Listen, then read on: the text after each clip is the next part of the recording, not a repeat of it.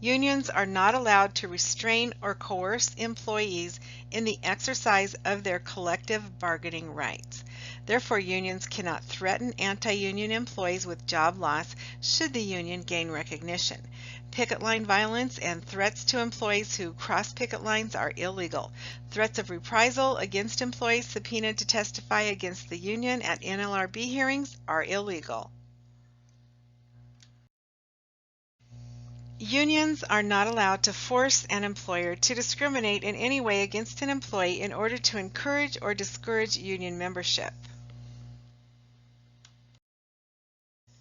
Unions are not allowed to charge excessive initiation fees or membership dues when all employees are required to join a union shop.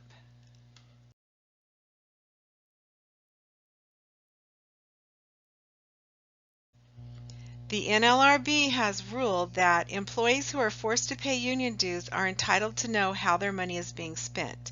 The NLRB ruled in January of 1997 that unions must supply financial information to workers who pay dues but who have elected not to join the union. The state of Washington also passed a state law requiring labor organizations to get permission from non-member workers before using mandatory dues for political purposes.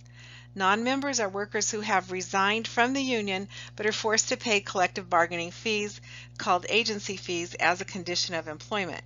The teachers' union claimed that this law was very burdensome and it infringed on their free speech rights. In 2007, the U.S. Supreme Court upheld the state law and ruled that non-union workers can refuse to allow the money they are required to pay to the union to be used for political purposes to which they object. An economic strike is caused by disagreement over the terms and conditions of employment, such as wages, benefits, or work schedules. An unfair labor practice strike is caused by a condition of employment that violates one of the labor laws or an NLRB ruling. Strikes and lockouts generally do not occur as long as both parties continue negotiating. Even if an agreement hasn't been reached, if both sides feel that progress is being achieved, the strike or lockout will be postponed until the negotiations break down.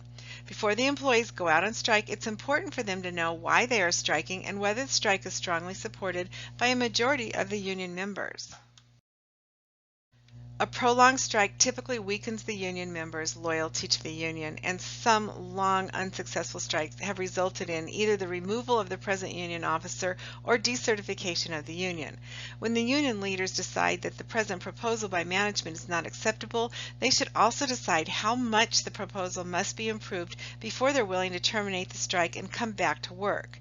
An assessment should also be made of the economic strength of the union, the company, and the individual employees.